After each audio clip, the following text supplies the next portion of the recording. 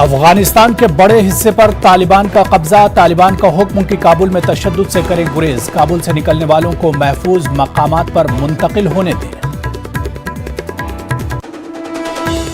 افغانستان میں طالبان کے کنٹرول کے بعد ہندوستان کے حالات پر گہری نظر، تقریباً 500 ہندوستانی افغانستان میں ہیں پھنسے، سرکار کے ہندوستانیوں کو بحفاظت نکالنے کی کوشش جاری۔